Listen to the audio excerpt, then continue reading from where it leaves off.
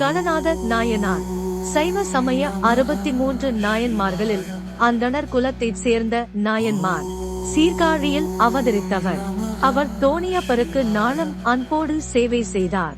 தொண்டரை நாடி பலரும் தொண்டு பயில வந்தனர்.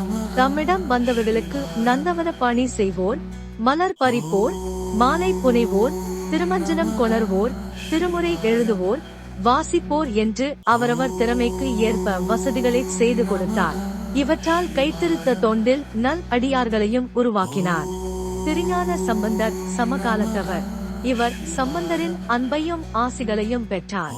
அவர் சம்பந்தரை தனது குருவாக ஏற்றுக்கொண்டு அவருக்கும் அவரது பக்தர்களுக்கும் சேவை செய்வதில் தன்னை ஈடுபடுத்திக் கொண்டார். இவர் தனது வாழ்நாளின் எஞ்சிய பகுதியை சைவ சமய சேவைகளை செய்வதில் கழித்தார்.